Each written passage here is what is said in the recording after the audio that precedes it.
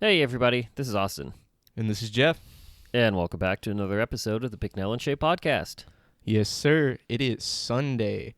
And today we are going to be talking about the movie Borat.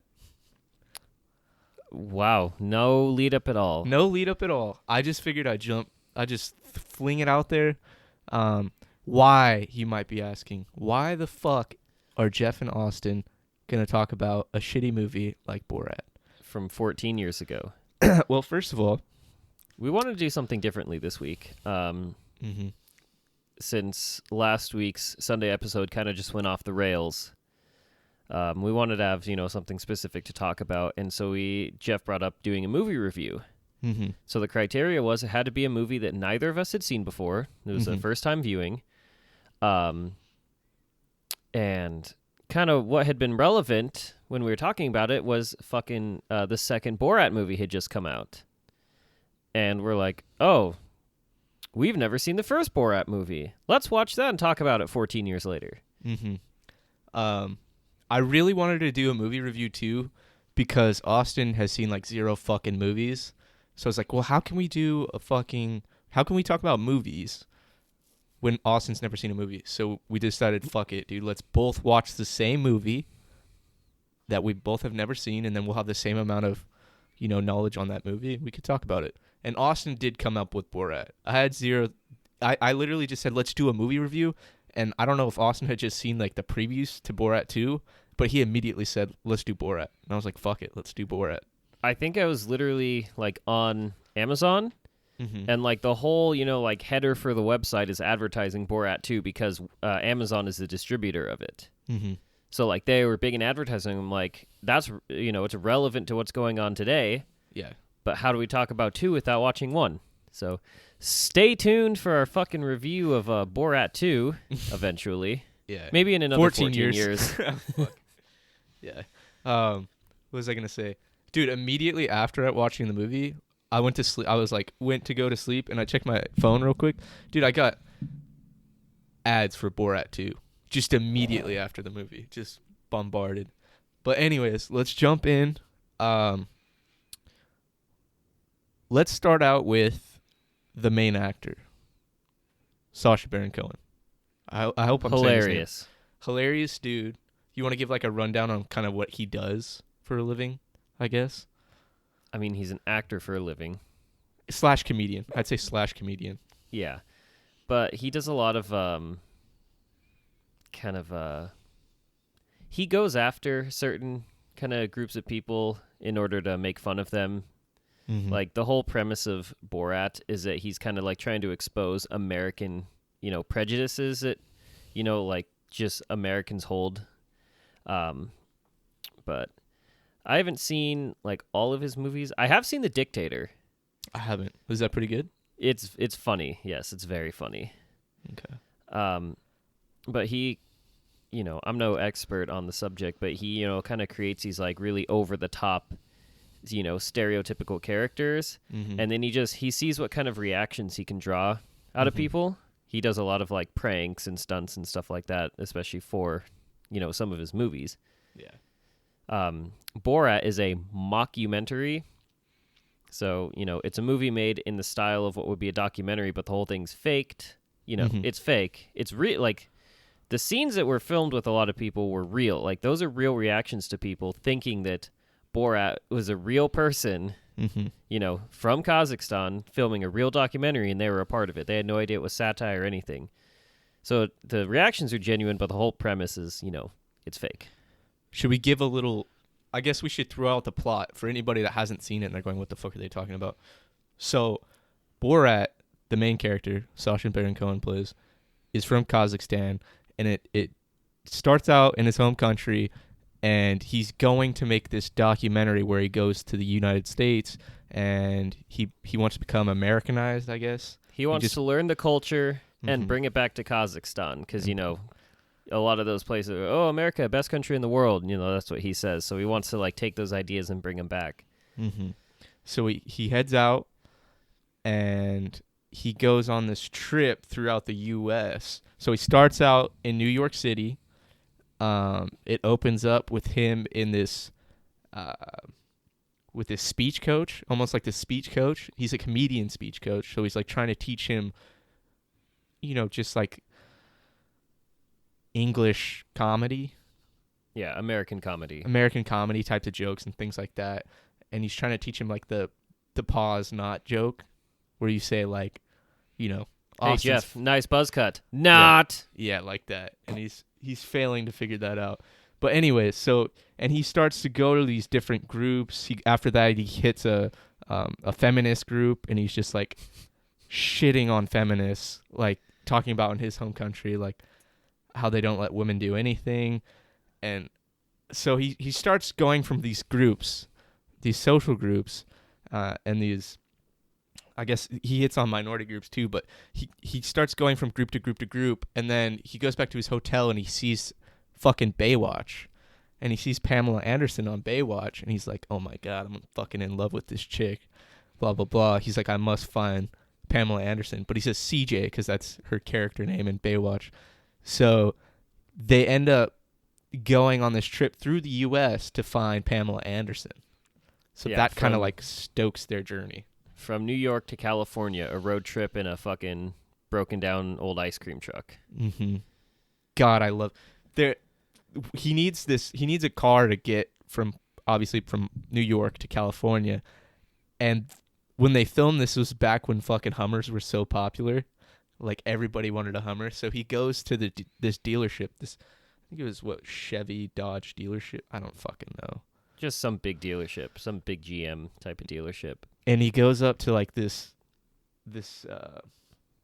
sales guy, and he's like, I need a car that's a pussy magnet. And he's like, I need a pussy magnet. And he's like, okay. He's like, so you want a Corvette? That's what you need, a Corvette.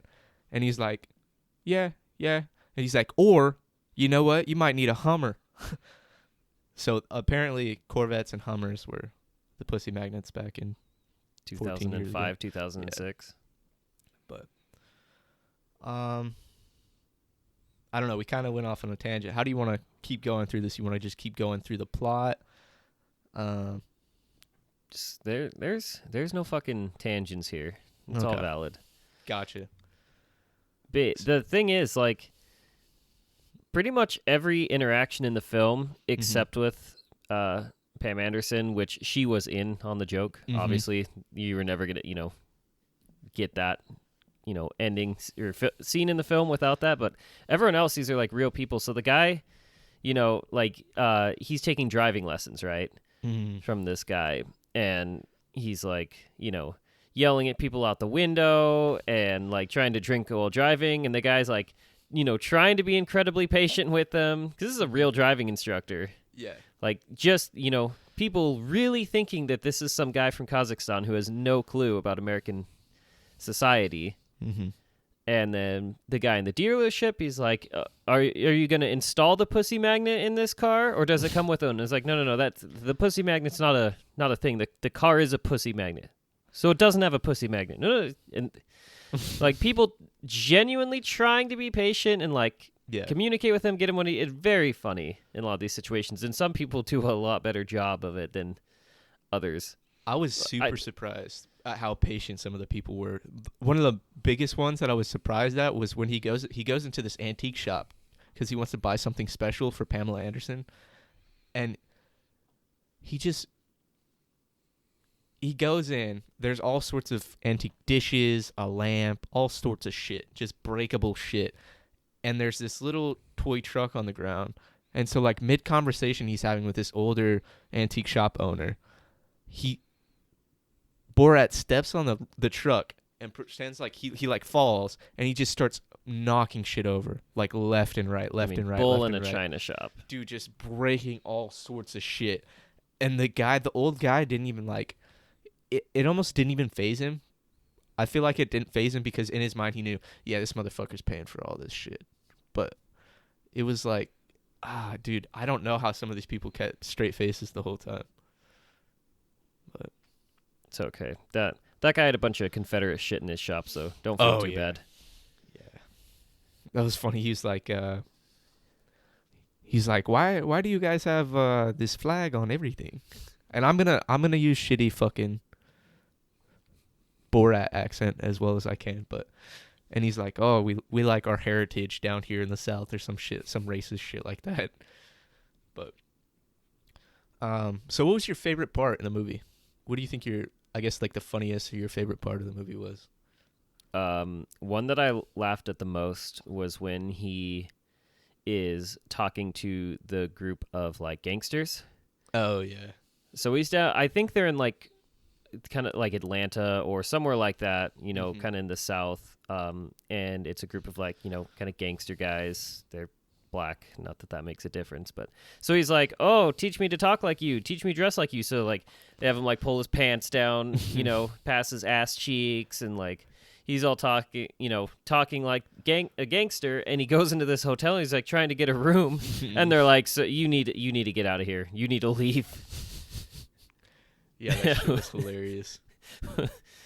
Oh, and then the rodeo part when he's talking to like the guy who's I don't know who the guy was, if he was in charge or whatever, but where he's talking about him, the guy's talking about like killing Muslims and stuff. Not Borat, the actual guy. My wife was sitting there just like fucking hands over her mouth like, "Oh my fucking God, this is, what real Americans, were thinking at the time and probably still think."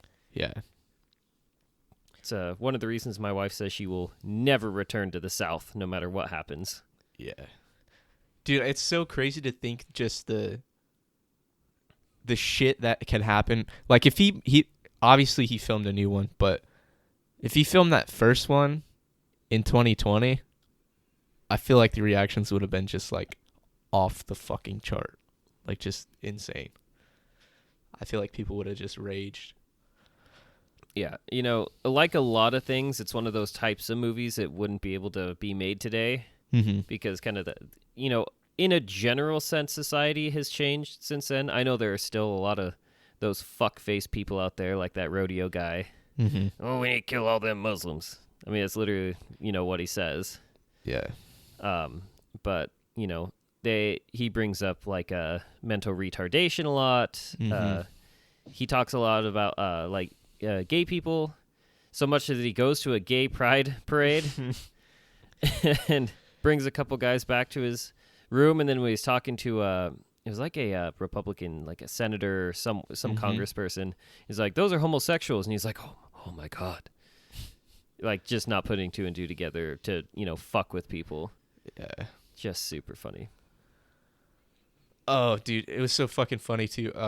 So he's like in the deep South and he goes into this gun shop because he wants something to protect himself with on his road trip.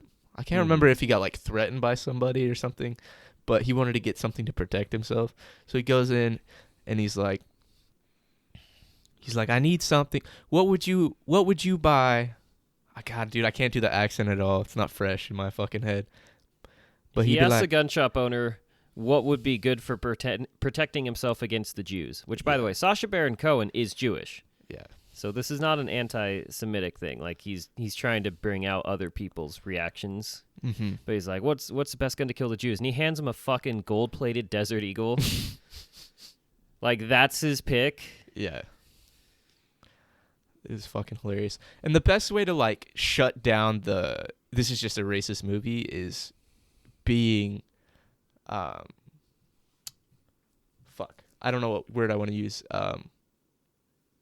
If you're making fun of your own race or your own religion, it's kind of hard to argue with somebody once they say, "Dude, I'm literally making fun of myself, my own race, my own religion. I'm just shitting on everyone. This is just for a good time, everyone to laugh." And, it's just to kind of prove a point and just kind of bring laughs to everybody. So. Well, yeah, and to expose, people's shitty views, too, which he did a lot.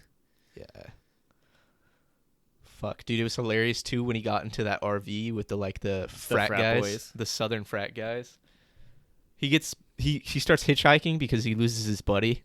His buddy like left him and took his passport and everything. He's like, "Well, I still need to make it to California." So he starts hitchhiking, and this fucking RV with probably like Alabama, like 4 Alabama frat guys. South Carolina. Yeah, South Carolina frat guys. And then he gets on the bus and he starts partying and drinking with them, and it's fucking hilarious. Pretty fucking weird. So I did a little bit of reading after I watched it, just like on Wikipedia, and the amount of fucking lawsuits that came from that movie was hilarious. Yeah. And the thing is, almost every single one of them was dropped or dismissed.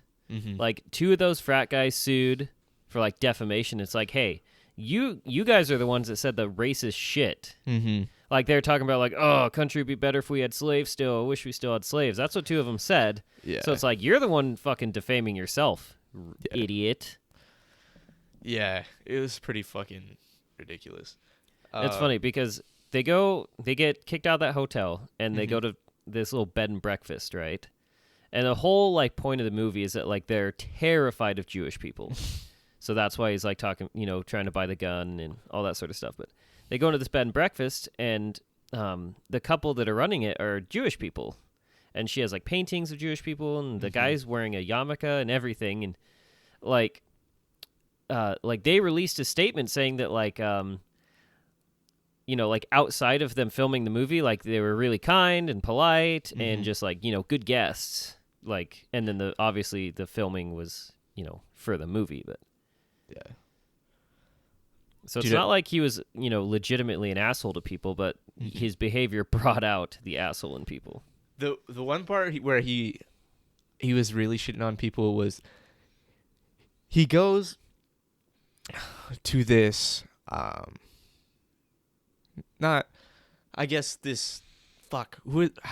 what would you explain that lady that was teaching him how to be polite? What kind of an etiquette coach. Yeah, an etiquette coach. He goes to an etiquette coach to teach him how to go to a house party. Well, they're going to like a fancy Southern dinner. Like a traditional Southern like high society thing.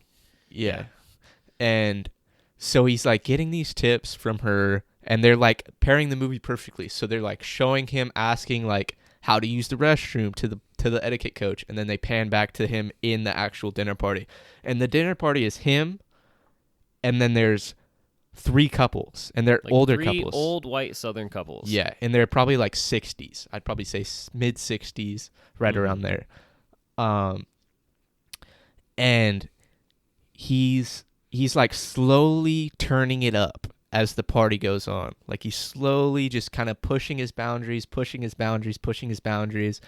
And they pan over to him at the etiquette coach, and he's like, "Can I compliment like the people at the dinner party?" And she's like, "Yeah, of course you can compliment the people at the dinner party." And it pans back to the dinner party, and he's like, he's sitting next to, there's 2 wives sitting right next to him, and there's another wife sitting over here, and he turns to the one wife and he goes, "You are very," like he was basically.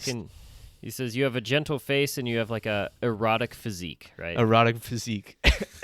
And the one fucking husband turns and he goes, like he's basically like, you're not wrong, like laughing and stuff. And that husband was not his, that was the wife he was complimenting, that was not his wife. So he was basically like saying, "You're not wrong, like she's super hot, blah blah blah." And then he turns to the other wife and he goes, "Her too, like back in my country these 2 would be very popular, like blah blah blah." And then he turns to the other fucking wife at the end of the table and he goes, "These 2 very much, that one not so much." Not so much. And that was the wife of the guy who made the comment about how the other one was hot. Yeah, and you just see his face go like just straight, just like motherfucker, just like fucking pissed.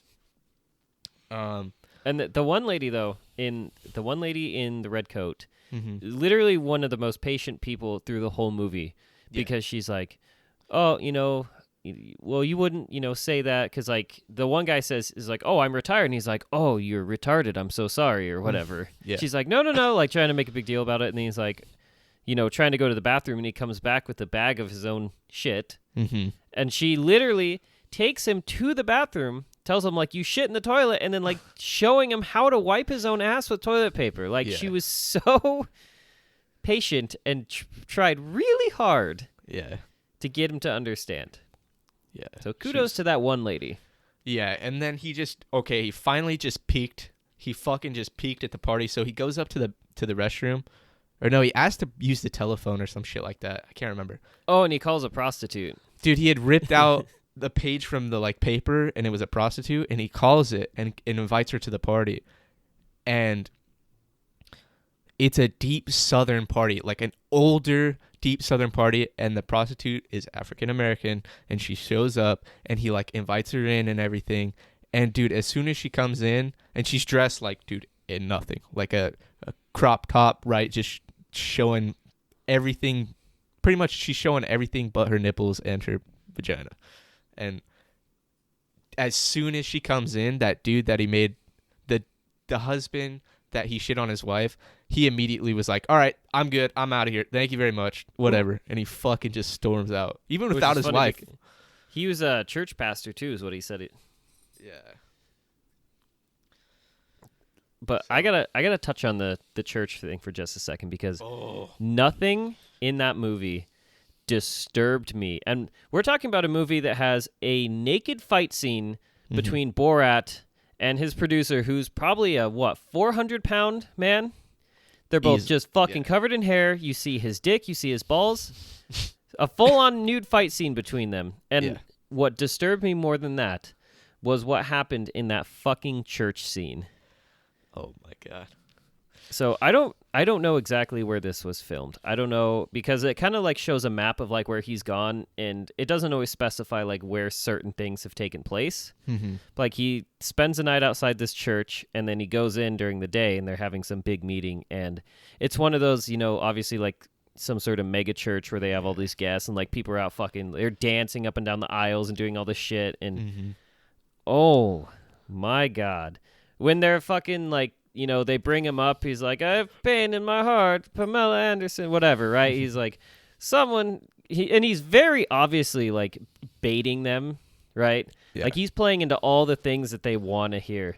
Like who will forgive me? Who loves me? Jesus loves you. Who will forget, ease the pain in my heart? Jesus will. Let the Lord in, right? They're doing all the shit, and they're doing the thing where they're like, guy's got like his hand on like Borat's face, is like, let it all out, and he starts like doing that weird tongue thing that not Borat but the guy is right, as if fucking demons are actually literally leaving through your mouth, and then Borat just does it, and everyone's like freaking out, like, it's like, what a fucking disturbing act that is. It was fucking funny too, because as he was like pretending to pull the demons out of him, like more and more people were flocking over to like hold Borat down, and he was like, Borat was playing it so hard, he was like shaking and gyrating and like falling to the floor and just like really panning for the camera. It's fucking like funny. Doing everything that they want to see cranked up to 11, and they're just eating it up, like they're just falling for it. That's what they live for. And I'm sorry to all you Christians out there. That's fucking weird. That is so weird.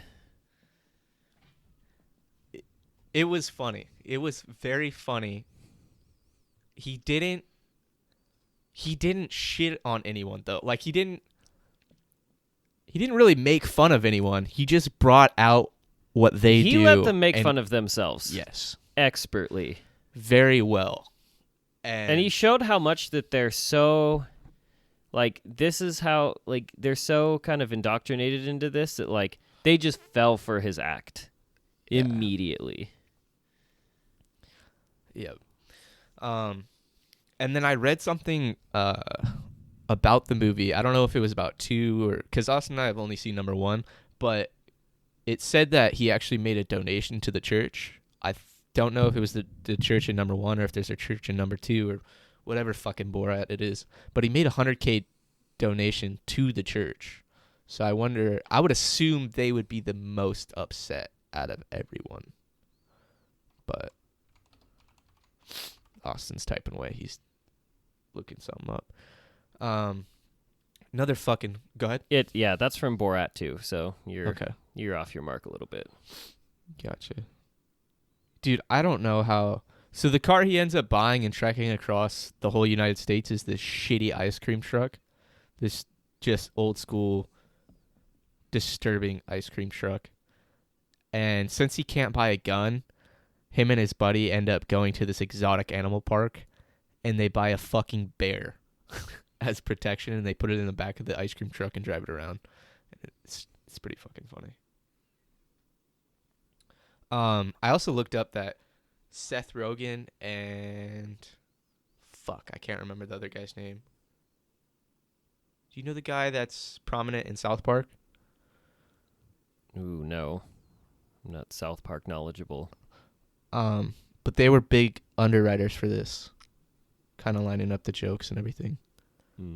So, what would you rate the movie? Oh, give me your rating as a general, like in all of movies, general, like how good the movie. Give me 1 out of 5, how good the movie was in general, and then we'll do a rating of how good the movie was for what it was trying to do. Out of like just a general movie, it's like a 3.5 out of 5. 3.5? Yeah. Okay, I would have gave it a 3.1. So, I guess. Did you laugh? Were you entertained? I was entertained. Then it was a good comedy and a good movie. Not an incredible movie, but good. I don't think it would entertain if... I'd probably say 55% of, maybe 60% of America would laugh. The other 40% I don't think would think this is funny at all. Well, back when it came out in 2006, it was very well received and critically acclaimed. It has like a 91% on Rotten Tomatoes. Yeah. Holy fuck. They love it because like you said, giving a second rating for what it is, it's a fucking 6 out of 5. Yeah. Like it is a perfect example of a mockumentary and doing exactly what Sacha Baron Cohen wanted to do and fucking draw out these people saying stupid shit and revealing their prejudices on camera. So unashamed, it's like, oh, this is America, right? Yeah. Perfect example. And I'm very excited to watch the second one because they dive into a lot of the political climate in America right now. And I read that he was like doing a bit dressed up as like a country singer, like a Trump rally. Yeah. And he literally had to escape a riot where he had to like hold the door of his RV shut while they drove away, trying to get away from the people wanting to probably literally kill him. Yeah, he's a ballsy motherfucker, dude. Shout out. Yes, he is. Shout out Sasha. Ballsy, crazy motherfucker. Yeah. Committed to his craft, for sure. Definitely committed to his craft. Can play a lot of different characters as well, which is very impressive. But yeah, I definitely give it 5 out of 5 or 6 out of 5 on what it was trying to do. Very good. See, a lot of people are like, oh, it's, anti-Semitic, it's anti-this. It's like, no, what it is anti-American more than anything. Yeah. And it's not so much anti, but it really calls out just the accepted and common prejudices that Americans hold. Because around that time, the Iraq and Afghanistan wars were big. And he's like in the rodeo saying like, yeah, we'll kill all the Iraqis, men, women, and children. People are like, yeah, hell yeah, America. Yeah. It's like, Jesus Christ. Well, you gotta, he's tugging on the strings too right after 9/11. 5 years though. Yeah, but that was huge. Like, that was such a big, I don't know, fire started in the U.S. and it just, I don't know. Everybody seemed to have that fire after that, after 9/11. I think in certain parts of the country and certain groups of people held that belief for a very long time, and yeah, some still do. So he really, riled up that, but that was his intention. It really shows just how much these people don't, care about the implications of what he's saying. Yeah. Like, you can't just go somewhere and kill every man, woman, and child. That's genocide, and that's a war crime. But these people are all for it because they don't care. They're like, yeah, kill them all, America. Yeah. And that's just, that's why we're the fucking laughing stock of the world right now. Although that attitude is so prevalent. I will say, though, when they were filming, so they were, like, panning the audience as he was saying this shit.